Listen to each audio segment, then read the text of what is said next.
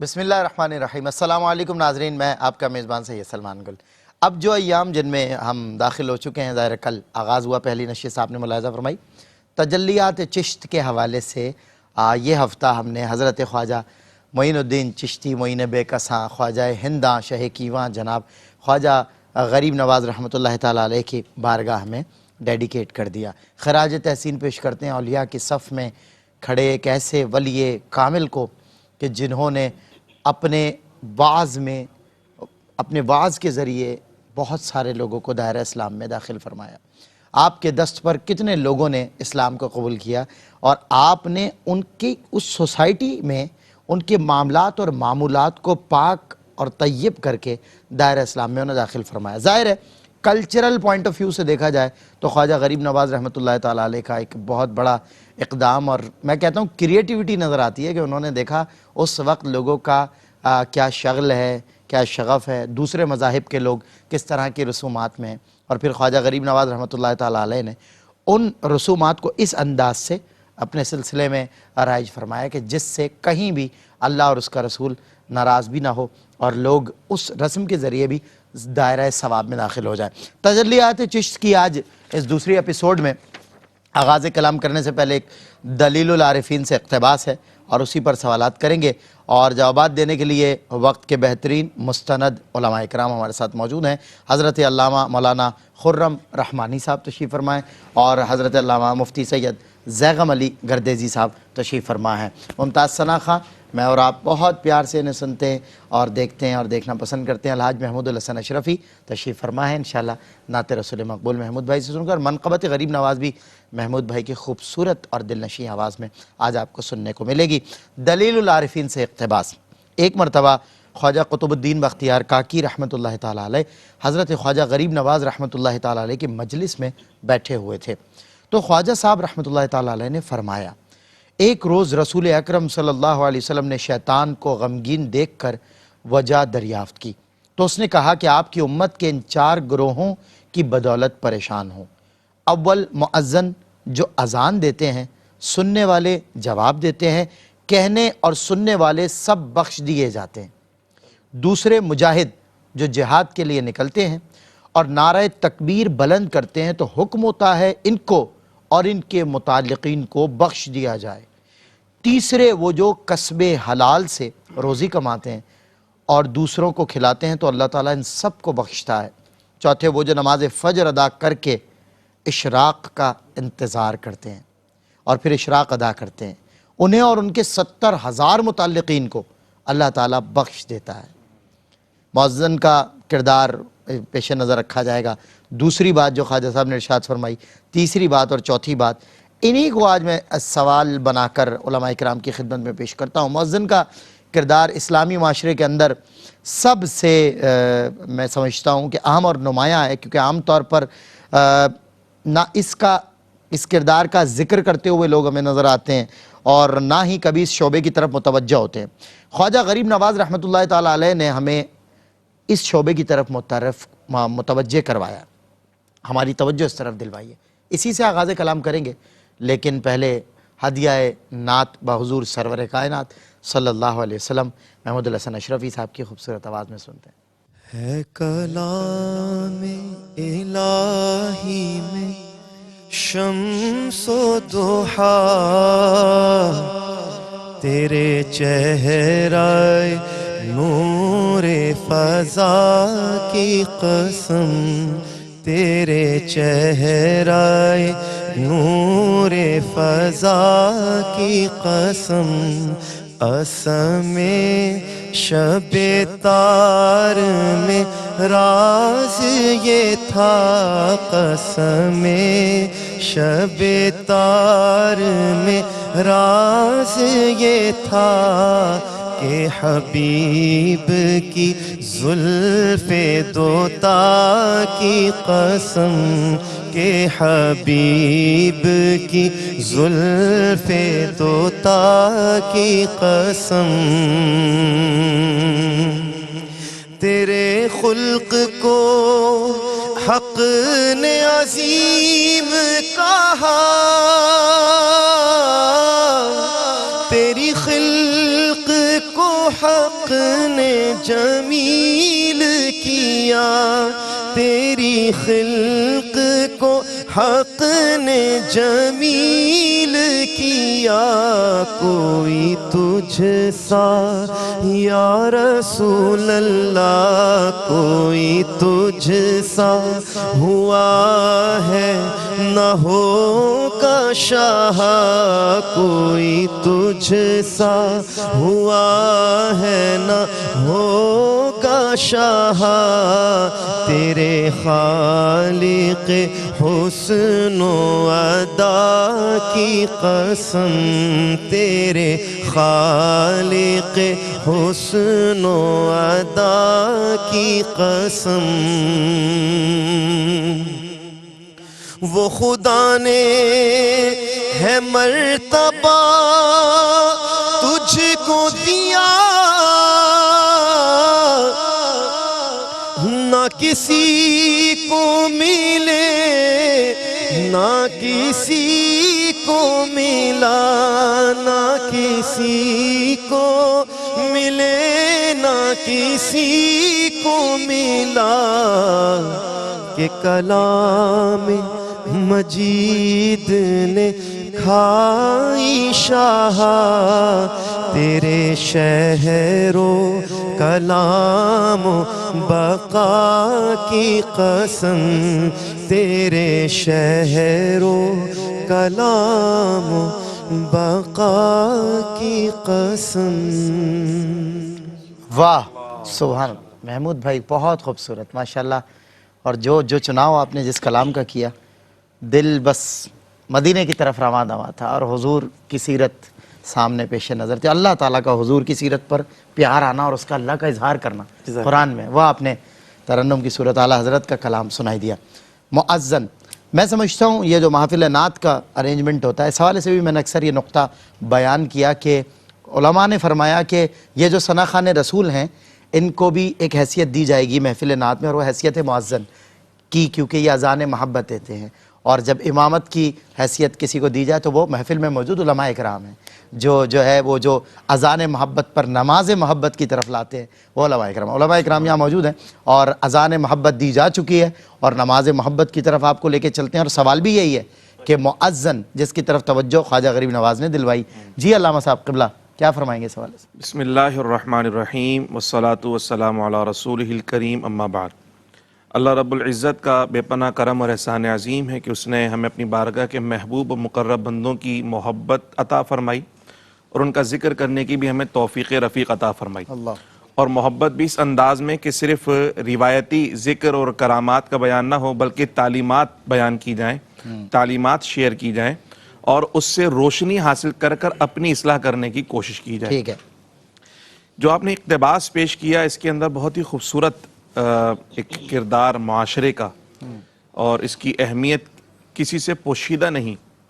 اس کے متعلق حضور خواجہ خواجگان خواجہ غریب نواز معین الدین چشتی علیہ الرحمہ نے جس خوبصورت انداز میں توجہ دلائی، آپ دیکھیں سلمان بھائی کہ مسجد کے اندر نماز پڑھنے تو نمازی جاتے ہیں، لیکن جب وہ مسجد میں پہنچتے ہیں تو انہیں بہت سارے اہتمام پہلے سے کیا ہوا ملتا ہے۔ جی، تو تو وہ کون سی شخصیت ہے جو ان کے آنے سے پہلے واہ ان کے لیے سارا اہتمام کر کے رکھتا ہے؟ سبحان اللہ۔ صرف اذان ہی دینا اس میں شامل نہیں ہے، بلکہ آپ دیکھتے ہیں کہ وضو، نمازی حضرات وضو کر رہے ہیں تو گرم پانی بھی ان کو میسر آ رہا ہے، مسجد کی صفائی بھی ان کو نظر آ رہی ہے، بہترین صفیں بچھی ہوئی نظر آ رہی ہیں۔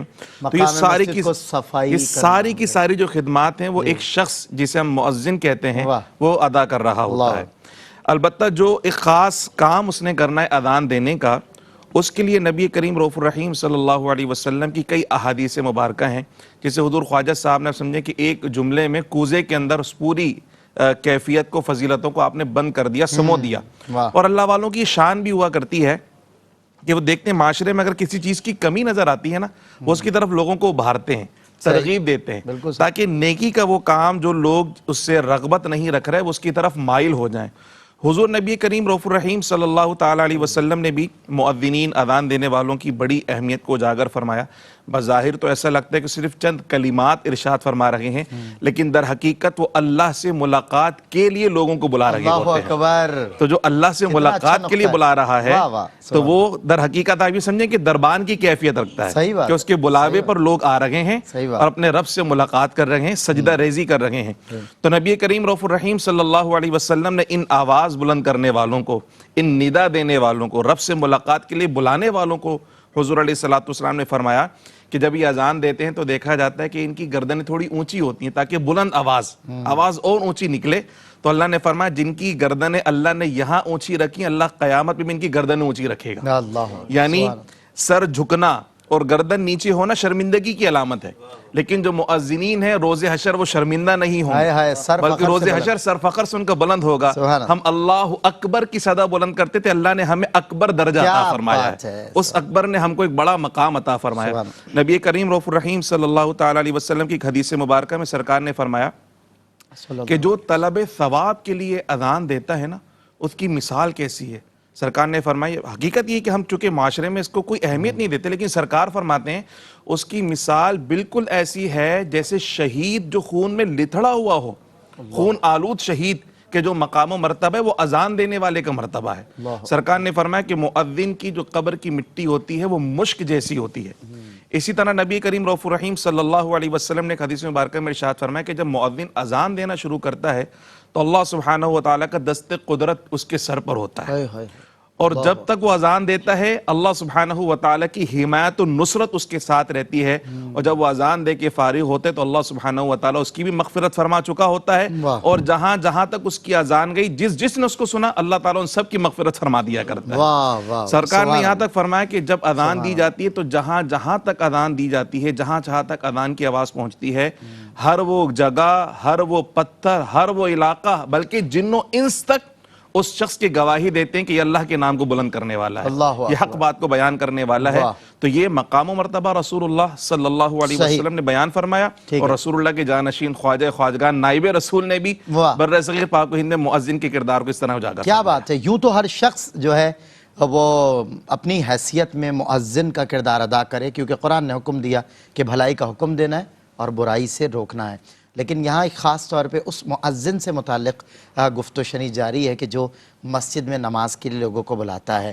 اقبال نے ہر اس شخص کو مؤذن کہا از خود پر لاگو کرتے ہوئے اس شعر کا ہم سب پر اطلاق ہوتا ہے کہ اگرچہ بت ہیں جماعت کی آستینوں میں، مجھے ہے حکم اذاں لا الہ الا اللہ۔ وقفے کے بعد ہوتی ہے آپ سے ملاقات۔ خوش آمدید ناظرین، ایک بار پھر آپ کا خیر مقدم ہے تجلیات چشت میں، اور یہ تجلیات چشت جو ہیں جس ہستی سے یہ روشنیاں تا ابد انشاءاللہ لوگوں کو ملتی رہیں گی، اکتساب فیض ہوتا رہے گا، اس ہستی کو معین بے کساں خواجہ ہنداں شہ کیواں جناب خواجہ غریب نواز رحمۃ اللہ تعالیٰ علیہ کے نام سے دنیا یاد کرتی ہے۔ لفظ غریب پر میں انشاءاللہ جب انتہا ہوگی پروگرام کی ایکسٹرا ہوگا تو میں آپ کو بتاؤں گا کہ لفظ غریب جو ہے اس کی حقیقت کیا ہے، یہ اس کا پس منظر کیا ہے، اردو میں اس کا تعارف کیا ہے۔ صرف غریب الدیار یا غریب الوطنی ہی غربت کا معنی نہیں بلکہ اور بھی معنی ہے، اور میں وہ آپ کو بتاؤں گا، اور پھر ان سب لفظ غریب کے جتنے بھی وہ معنی نکلیں گے اور جتنی بھی گنجائشیں بنیں گی ان سب پر حاوی ہوگا ایک ہستی کا کرم، اور وہ ہے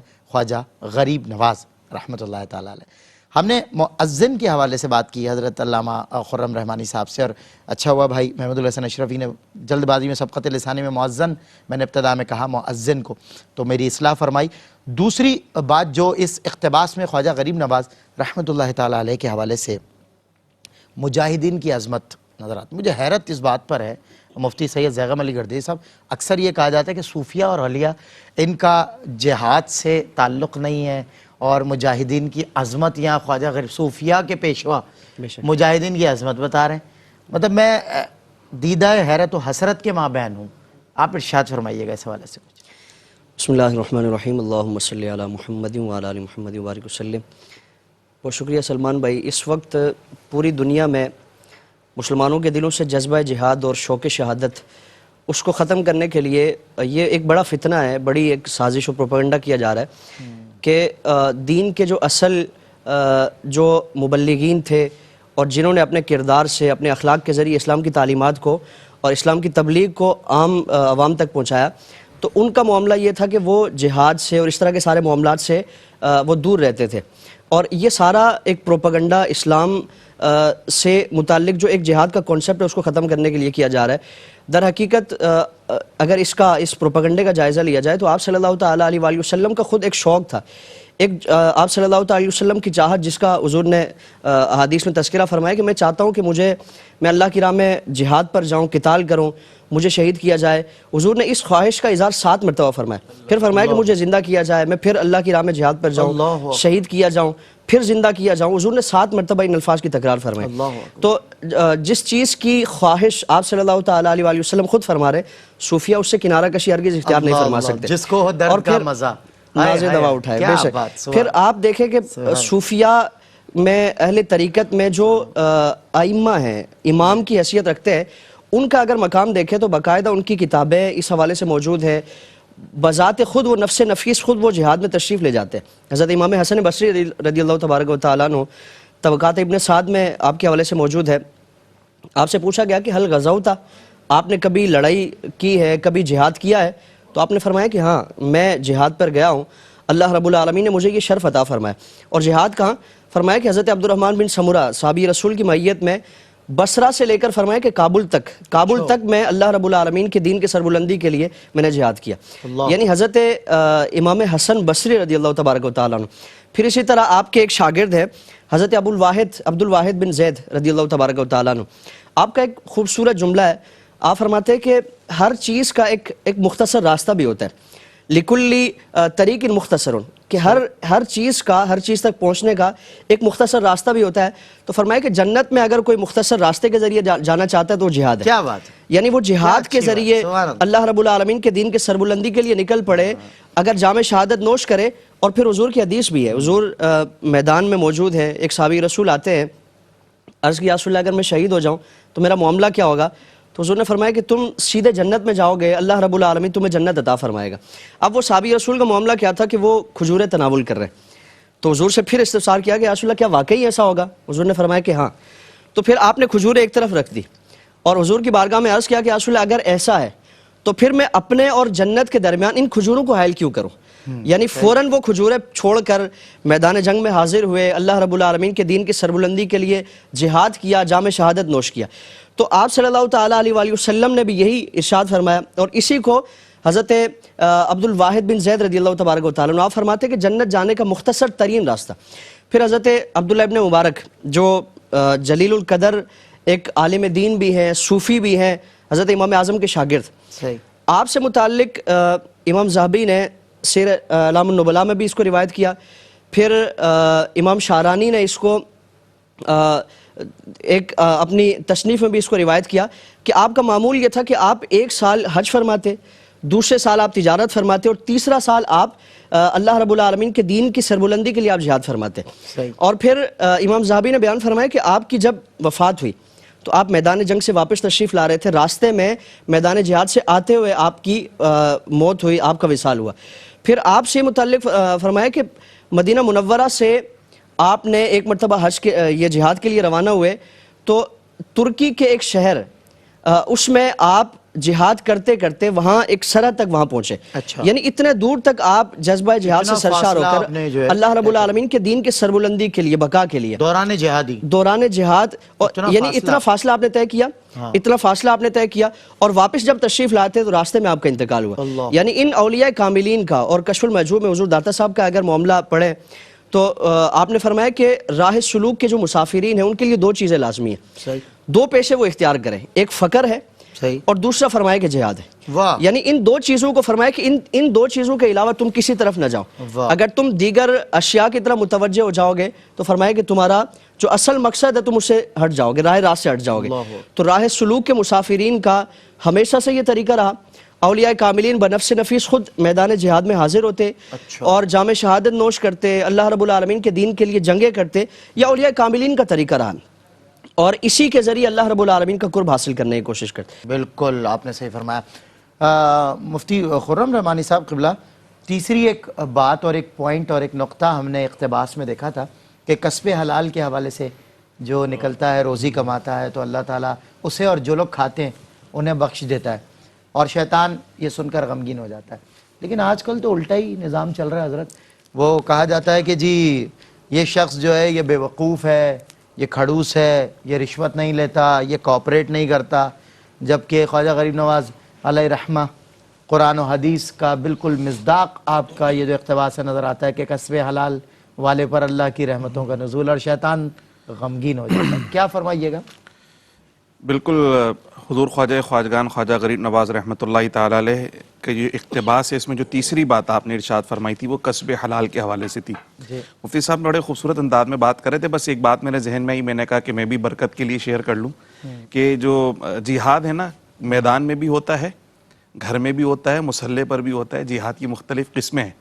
تو اللہ والے مسلح پر بھی جہاد کر رہے ہوتے ہیں، میدانوں میں بھی جہاد کر رہے ہوتے ہیں. لوگ صرف سمجھتے ہیں کہ جی میدان کا جہاد، جو مسلح کا جہاد ہے، جو خانقاہ کا جہاد ہے، وہ بھی نظر آتا ہے. ایسا مجاہدہ جو اللہ والے کیا کرتے ہیں، ایسا مجاہدہ تو کوئی نہیں کرتا. جیسے کہ غوث اعظم کی، مجھے آپ کی بات سے ایک پوائنٹ یاد آیا کہ وہ وقت کے قاضی نے جب وہ دینار اضافی بڑھائے تو غوث اعظم نے فرمایا کہ عبد القادر اس ممبر سے تحریک چلائے گا، یعنی کہ صاحبان محراب وہ ممبر بھی جہاد کرتے. جی بالکل اسی طریقے سے. اور سومنات کی فتح میں اللہ والوں کا ہاتھ، دہلی کی فتح میں اللہ والوں کا ہاتھ، باقاعدہ رہنمائی فرمائی گئی، باقاعدہ ترغیب دلائی گئی، باقاعدہ بلایا گیا. تو اللہ والے کبھی اللہ کی راہ میں جہاد کرنے سے منع نہیں کرتے، بلکہ جب بھی موقع آیا انہوں نے ہمیشہ بڑھ چڑھ کر اپنی خدمات پیش کی ہیں. جو حضور خواجہ غریب نواز رحمۃ اللہ علیہ کے اقتباس کے حوالے سے جو آپ نے میری طرف سوال پیش کیا کسب حلال کے حوالے سے، دیکھیں اللہ والے چونکہ نائب رسول ہوا کرتے ہیں اور یہ لوگوں کی اصلاح، اخلاق اور کردار کے حوالے سے، اعمال کے حوالے سے اصلاح کے لیے ہر طریقے سے رہنمائی فراہم کیا کرتے ہیں. ٹھیک ہے.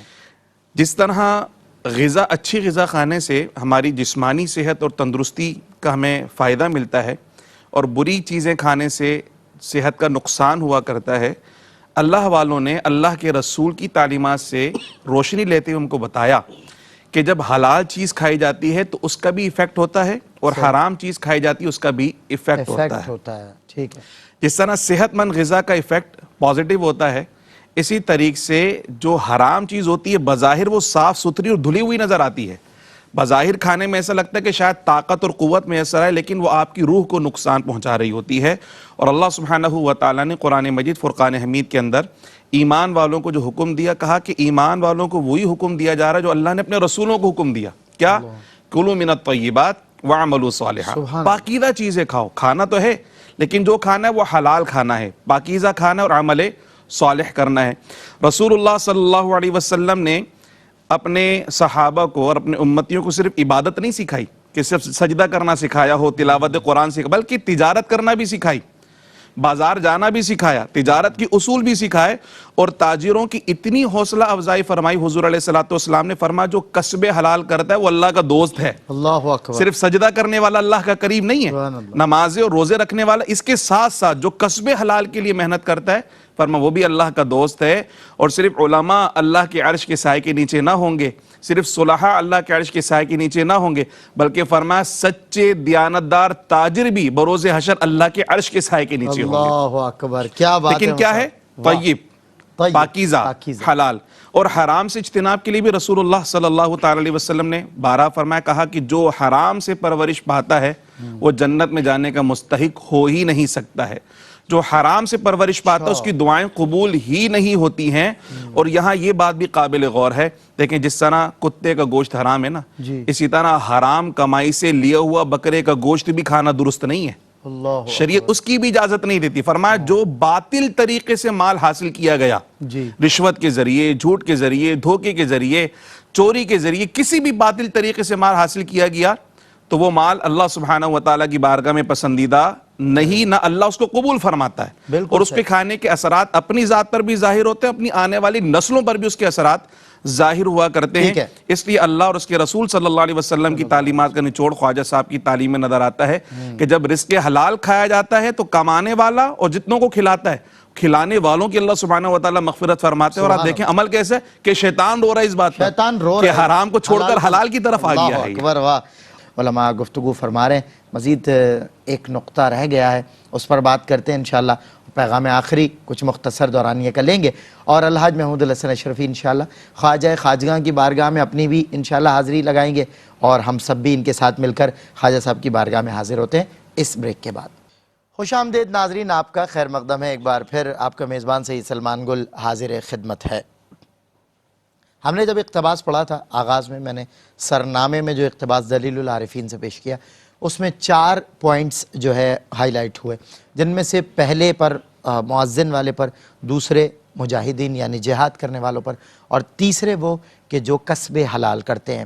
ان تینوں پر ہم نے بات کر لی۔ چوتھا نقطہ رہ گیا، اور وہ نقطہ تھا کہ وہ لوگ جو نماز فجر کے بعد اشراق کے منتظر رہتے ہیں اور پھر اشراق کی نماز ادا کرتے ہیں، اللہ تعالیٰ ان کے متعلقین میں سے 70,000 لوگوں کی مغفرت فرما دیتا ہے۔ اتنا بڑا اجر و ثواب۔ جب میں آ رہا تھا مفتیان کرام کے ساتھ، راستے میں اسٹوڈیو آ رہا تھا، تو میں نے حضرات علماء سے کہا، میں نے کہا حضور اتنا بڑا ثواب اور اتنی چھوٹی سی یعنی عمل پر اللہ رب العزت عطا فرما رہا ہے، تو کیوں نہ جب فجر کے بعد ویسے بھی لوگ طلوع آفتاب تک اکثر لوگوں کا معمول ہوتا ہے، آفس جانا ہے، دفاتر کے لیے اور دیگر تیاریوں میں مصروف رہنا ہے، تو اشراق تک ویسے ہی تو کیوں نہ اشراق پڑھ لیا کریں کہ اتنا بڑا ثواب۔ ہمارے متعلقین میں سے 70,000 لوگ وہ اللہ رب العزت کی جو ہے وہ بخشش کے دائرے میں آ جاتے ہیں۔ پروردگار عالم ہمیں اور آپ کو عمل کی توفیق عطا فرمائے۔ اس حوالے سے جو علماء کرام تلقین کرتے ہوئے نظر آتے ہیں، اور جیسا کہ خواجہ صاحب نے حدیث کے حوالے سے ارشاد فرمایا کہ جو شیطان جو ہے غمگین ہو جاتا ہے اس عمل سے بھی، کیا فرمائیں گے مفتی صاحب؟ سلمان بھائی، اس میں ہمیں 2 چیزیں حضور خواجہ صاحب کے ان ملفوظات سے ہمیں واضح اس کا ثبوت ملتا ہے۔ ایک تو اشراق کی فضیلت، صحیح، جس کو حضور خواجہ صاحب نے یہاں بیان فرمایا، اور اسی کے متصلاً حضرت امام اعظم علیہ رحمہ کے حوالے سے آپ نے ایک واقعہ بیان فرمایا، جس کو فقہ اکبر میں حضور امام اعظم نے بیان فرمایا کہ ایک چور کا انتقال ہوا جو کفن چوری کیا کرتا تھا، 40 سال تک مسلسل وہ اس برائی میں مبتلا رہا، لیکن اس کے وصال کے بعد لوگوں نے دیکھا کہ وہ بہشت میں، جنت میں وہ ٹہل رہے، تو اس سے پوچھا کہ تمہارا معاملہ کیا ہے، تم نے یہ عزت کیسے حاصل کی اور نجات کیسے حاصل کی؟ تو اس نے کہا کہ میرا ایک عمل تھا کہ میں جب بھی نماز فجر ادا کرتا تو اس کے بعد اپنے مصلی پر بیٹھا رہتا، ذکر و اذکار میں مشغول رہتا، یہاں تک کہ آفتاب بلند ہوتا، میں اشراق پڑھ کے پھر اپنے دیگر جو معاملات ہیں اس میں مصروف ہو جاتا۔ اللہ رب العالمین نے اس عمل کی برکت سے مجھے توبہ کی توفیق نصیب عطا فرمائی، اور آج مجھے اس عزت سے نوازا ہے۔ پھر حضور کی اس سے متعلق کثیر حدیث ہے۔ آپ صلی اللہ تعالیٰ علیہ وآلہ وسلم نے خصوصیت کے ساتھ اشراق کے حوالے سے فرمایا کہ جو شخص نماز فجر کے بعد ذکر و اذکار میں مشغول رہے، پھر اشراق کی نماز ادا کر کے پھر اپنے کام کاج میں مصروف رہے، تو فرمایا کہ اللہ رب العالمین اسے ایک حج اور ایک عمرے کا ثواب عطا فرماتا ہے۔ 3 مرتبہ حضور نے فرمایا کہ کامل حج اور کامل عمرے کا اللہ اسے ثواب عطا فرماتا ہے۔ پھر حضور نے صحابہ اکرام سے فرمایا کہ تم میں سے ہر شخص کو چاہیے کہ وہ اپنے اعضاء کی زکوٰۃ دے، آنکھوں کی زکوٰۃ دے، کانوں کی زکوٰۃ دے، ہاتھوں کی زکوٰۃ دے، دیگر فرمایا کہ 360 انسان کے جسم میں اعضاء ہیں، تو ان میں سے ہر ایک اس کی وہ زکوٰۃ دے، وہ صدقہ ادا کرے۔ صحابہ نے عرض کیا رسول اللہ ہم نہیں کر سکتے، ہماری استطاعت نہیں ہے۔ تو حضور نے فرمایا کہ اگر تمہاری استطاعت نہیں ہے تو میں تمہیں ایک عمل ایسا بتاتا ہوں کہ اگر تم اس کو اپنا لو، اس کو ادا کر لو، تو یہ تمہارے سارے اعضائے جسمانیہ کی طرف سے وہ تمہاری زکوٰۃ ادا ہو جائے۔ کیا بات ہے! اور وہ کیا ہے؟ فرمایا کہ نماز اشراق 2 رکعت اس کی ادا کر لو۔ صحیح۔ اب ایک تو یہ اس کی فضیلت حضور خواجہ صاحب نے اس کی تلقین فرمائی، اس کی آگاہی عطا فرمائی۔ پھر اسی کے ساتھ ساتھ خانقاہ نظام میں جو تعلیم و تربیت کا ایک اسلوب ہے، طریقہ کار ہے، حضور خواجہ صاحب کے ان ملفوظات سے ہمیں پتہ چلتا ہے کہ حقیقی خانقاہ نظام کیا ہے۔ آج تو یہ مشہور کرا دیا گیا کہ طریقت الگ ہے، شریعت الگ ہے، یہ 2 الگ الگ گروہ ہیں، ان کا آپس میں کوئی تعلق نہیں ہے۔ آج سے اس پرفتن دور سے پہلے، آج جو جعلی تصوف کا لبادہ اوڑے ہوئے ہمارے معاشرے میں اس طرح کے افراد پائے جاتے ہیں، اس زمانے سے پہلے اگر جائزہ لیا جائے، حضور خواجہ صاحب کا زمانہ دیکھیں، آپ کا خانقاہ نظام دیکھیں، پھر اسی طرح حضور داتا صاحب کا زمانہ دیکھیں، دیگر اولیاء کاملین کا اگر خانقاہ نظام اور ان کی تعلیم و تربیت کے جو معاملات تھے، اور متوسلین کی، مریدین کی جو تعلیمی ایک تربیتی ایک جو معاملہ تھا، اس کو اگر ہم دیکھیں تو ان کے شب و روز میں عبادات ہی عبادات نظر آتی ہے، تزکیہ نفس ہے، مجاہدات ہے، اور اللہ رب العالمین کی عبادت کی طرف۔ حضور خواجہ صاحب کی بارگاہ میں ایک شخص آیا تھا اور التجا یہ خواہش یہ لے کر آیا کہ میں حضور کی کوئی کرامت دیکھوں گا، آپ کا مرید بن جاؤں گا۔ عرصہ دراز گزرا، کوئی کرامت نہیں دیکھی، تو جاتے ہوئے اجازت لینے کا کہ حضور مجھے اجازت دے، میں اب واپس جانا چاہتا ہوں۔ تو آپ نے فرمایا کہ کیا وجہ ہے، تم نے آنے کا کوئی مقصد بیان نہیں کیا، وجہ کیا ہوئی کہ تم اچانک چل پڑے؟ تو اس نے عرض کیا کہ حضور میں یہ خواہش لے کر آیا تھا اور میری خواہش پوری نہیں ہوئی، آپ کی کوئی کرامت نہیں دیکھی، تو اب میں واپس جا رہا ہوں کہ کسی صاحب کرامت بزرگ کا میں مرید بن جاؤں اور ان کے عقیدت مندوں میں شامل ہو جاؤں۔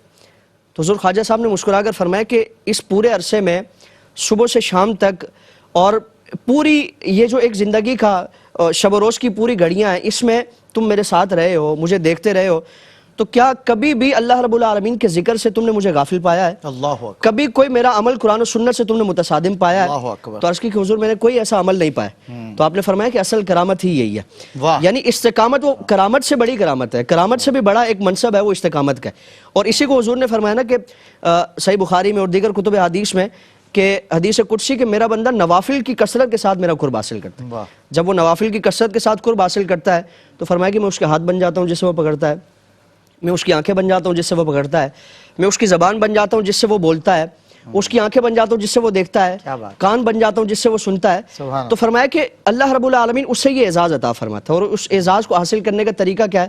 حضور خواجہ صاحب نے اپنے ملفوظات میں اسی کو بیان فرمایا کہ جب تک خانقاہ نظام میں یہ سارے معاملات نہیں ہوں گے وہ کبھی بھی اصل جو مقصد ہے، مراد ہے، اس کو نہیں پہنچ سکتے۔ اللہ اکبر، اللہ اکبر۔ میں مفتی صاحب قبلہ آخر میں بس 1-2 منٹ میرے پاس ہیں، میں چاہتا ہوں اس میں within 1 minute or so everybody want to ask this کہ ہم جو ہے طریقت اور یہ جو شریعت ہے اس میں کس طرف، ہمیں تو ایک ڈائمنشن میں دونوں چیزیں چاہیے، اور پھر وہ جب مولائے روم اور شمس تبریز علیہ رحمہ کے موازنے رکھے جاتے ہیں سامنے تو شمس تبریز بھی شریعت کے خلاف نہیں تھے اور مولائے روم بھی طریقت کے خلاف نہیں تھے، لیکن اس کو سامنے پیش کیا جاتا ہے ایگزامپل سیٹ کر کے کہ جی طریقت الگ ہے۔ اس حوالے سے کوئی میسیج دے دیں، پھر محمود بھائی سے منقبت۔ مفتی صاحب نے ماشاءاللہ بہت خوبصورت اور عمدہ کلام کیا، اور میں سمجھتا ہوں کہ تجلیات چشت میں کم سے کم یہ بات تو ہم پر واضح ہو گئی کہ طریقت اور شریعت کا مجمع البحرین خواجہ غریب نواز کی صورت میں ہم کو نظر آتا ہے۔ اللہ اکبر۔ حضور خواجہ صاحب کا نہ تو کردار ایسا رہا، نہ گفتار ایسی رہی، نہ تعلیمات ایسی رہی۔ واہ۔ آپ کے صرف ایک اقتباس میں ہم نے دیکھا کہ جہاد بھی مل رہا ہے، واہ۔ نمازیں بھی مل رہی ہیں، قصب حلال بھی مل رہا ہے، اذانیں بھی مل، اصل طریقت تو یہی ہے کہ بندہ حرام سے بچ کر پوری زندگی حلال پر گامزن ہو جائے، اور اسی سے اللہ سبحانہ وتعالیٰ کا اصل قرب ملنے والا ہے۔ میں یہ سمجھتا ہوں کہ خواجہ صاحب کے صرف اسی اقتباس کو اگر لوگ غور سے سن کر محفوظ کر لیں تو بہت سارے شکوک و شبہات کا جو گرد و غبار ہے وہ دور ہو جائے گا، وہ بالکل بات آئینے کی طرح صاف ہو جائے گی، اور عمل کے لیے جو راہ ہے وہ انتہائی روشن اور کشادہ ہو اور جائے یہ گی۔ لازم و ملزوم ہے کہ صاحب طریقت صاحب شریعت بھی ہونا چاہیے، اس کے بغیر تو ہو ہی نہیں ہو سکتا۔ ہی نہیں سکتا، اور یہی موازنہ کرنا ہے تو یہ کیا کیجئے کہ وہ جو صاحب طریقت ہے یا صاحبان طریقت ہیں وہ کتنا شریعت پر عمل کرتے ہیں، اور اس میں ایسا بھی نہ ہو کہ محض شریعت پر عمل کرنے والا وہ طریقت کی راہ سے اجتناب کرتا ہوا دکھائی دے۔ یہی وجہ ہے کہ اس ڈیفرنس کو مینٹین کرنے کے لیے سازشیں رچی گئی، جس طرح کے مفتی صاحب نے کہا۔ ورنہ یہ میں آپ کو بتاؤں کہ عاشقوں کے دین میں ہے زندگی قرب حبیب، موت ہے محبوب کی محفل سے اٹھ جانے کا نام، ہے شریعت در حقیقت جستجو سرکار کی، اور طریقت ان کے نقش پا پہ مٹ جانے کا نام۔ یہ ہے شریعت اور یہ ہے طریقت۔ بارہ لفظ غریب میں بڑی تیزی سے بتاتا ہوں، چلو میں نے کہا تھا کہ لفظ غریب جو ہے اس کو اردو ڈکشن میں ایک حیثیت یہ بھی حاصل ہے کہ غریب فقدان سے، اور فقدان یعنی کمی۔ اب لفظ غریب کو اس طرح سے مت پرکھیے کہ وہ صرف دولت سے ہی غریب ہوتا ہے، انسان اولاد سے بھی غریب ہوتا ہے، انسان فہم سے بھی غریب ہوتا ہے، انسان نہ جانے کس کس طرح کے معاملات، اقربا کے معاملات میں، حسن سلوک کے معاملات میں غریب نظر آتا ہے، اس کے پاس فقدان، کمی کے واقعات ہوتے ہیں، اور یہ جو غریب نواز ہیں یہ ان سب غریبوں کو نوازنے والا سبحان ہے، اللہ۔ اور انہی غریب نواز کی بارگاہ میں آج ہم حاضر ہوئے۔ اللہ رب العزت اپنے اولیاء اللہ جنہیں وہ کہتا ہے کہ نہ کوئی خوف ہے نہ کوئی غم ہے، یہ روش ان کے صدقے اللہ ہمیں بھی عطا فرمائے، نہ ہمیں کوئی خوف ہو سوائے خوف خدا کے، نہ ہمیں کوئی غم ہو سوائے غم امت محمدی اور آل رسول صلی اللہ علیہ وسلم کے۔ میں الحاج محمود الحسن اشرفی صاحب سے بڑے ہی پیارے ثنا خواں، اور جب دیکھیں اکثر ہم لوگ اشارتاً کناتاً کہہ دیتے ہیں کہ جی عہد حاضر میں ثنا خواں، میں بانگ دوحل یہ بات کہتا ہوں کہ جی وہ صاحب کردار نہیں ہوتے ہیں، یہ نہیں ہوتا وہ نہیں ہوتا۔ یہ باتیں دیکھیں میں ٹی وی پہ کر رہا ہوں لیکن بڑے وثوق سے کر رہا ہوں کہ الحمدللہ ہمارے پاس صاحب کردار ثنا خوانوں کی ایک طویل فہرست ہے، اور الحمدللہ انہی میں ایک الحاج محمود الحسن اشرفی ہیں۔ یہ اب جو ہے نا فرائض کی ادائیگی کے معاملات ہوں یا نوافل کے کثرت کے معاملات ہوں، نوجوانی میں اللہ رب العزت نے انہیں یہ صلاحیتیں اور یہ سعادتیں عطا فرمائی، یہ رول ماڈل ہیں ماشاءاللہ نعت خوانوں کے لیے، اللہ تعالیٰ انہیں اور عزتیں عطا فرمائے۔ محمود الحسن اشرفی انشاءاللہ خواجہ غریب نواز خواجہ بے کساں کی بارگاہ میں ہم سب کو پیش کر رہے ہیں اپنے ترنم کے ذریعے، آئیے ان کے ساتھ پیش ہوتے ہیں۔ اور بہت شکریہ مفتی خرم رحمانی صاحب کا، مفتی سید زیغم علی گردیزی صاحب کا، اور آپ سب کا کہ آپ ہمارے ساتھ تھے۔ السلام علیکم ورحمۃ اللہ وبرکاتہ۔ حضور سرکار کلام شیخ اعظم سید محمد اظہار اشرف اشرفی الجیلانی رحمۃ اللہ علیہ کا کلام پیش کر رہا ہوں۔ ماشاءاللہ۔ جہاں رحمتوں کا نزول ہے، جہاں فیض فیض رسول ہے، جہاں رحمتوں کا نزول ہے، جہاں فیض فیض رسول ہے، جہاں بھیک دینا اصول ہے، جہاں بھیک دینا اصول ہے، وہ میرا غریب نواز ہے، جہاں بھیک دینا اصول ہے، وہ میرا غریب نواز ہے، میرے دل کو جس سے قرار ہے، جو ہر ایک چمن کی بہار ہے، میرے دل کو جس سے قرار ہے، جو ہر ایک چمن کی بہار ہے، جہاں ہر عطا میں نکھار ہے، جہاں ہر عطا میں نکھار ہے، وہ میرا غریب نواز ہے، جہاں ہر عطا میں نکھار ہے، وہ میرا غریب نواز ہے۔ کوئی کیا بتائے کہ کیا ملا، جسے وہ ملا تو خدا ملا، کوئی کیا بتائے کہ کیا ملا، جسے وہ ملا تو خدا ملا، جہاں ہر کرم کا پتہ چلا، جہاں ہر کرم کا پتہ چلا، وہ میرا غریب نواز ہے، تیرا ہر جمال جمال ہے، تیرا ہر کمال کمال ہے، تیرا ہر جمال جمال ہے، تیرا ہر کمال کمال ہے، جہاں دور سارا ملال ہے، جہاں دور سارا ملال ہے، وہ میرا غریب نواز ہے، تیرے در سے پاتے ہیں حوصلے، تیرے ایک کرم پہ بلا ٹلے، تیرے در سے پاتے ہیں حوصلے، تیرے ایک کرم پہ بلا ٹلے، جہاں بھیک اظہار کو ملے، جہاں بھیک اظہار کو ملے، وہ میرا غریب نواز ہے، جہاں رحمتوں کا نزول ہے، جہاں فیض فیض رسول ہے، جہاں بھیک دینا اصول ہے، وہ میرا غریب نواز ہے۔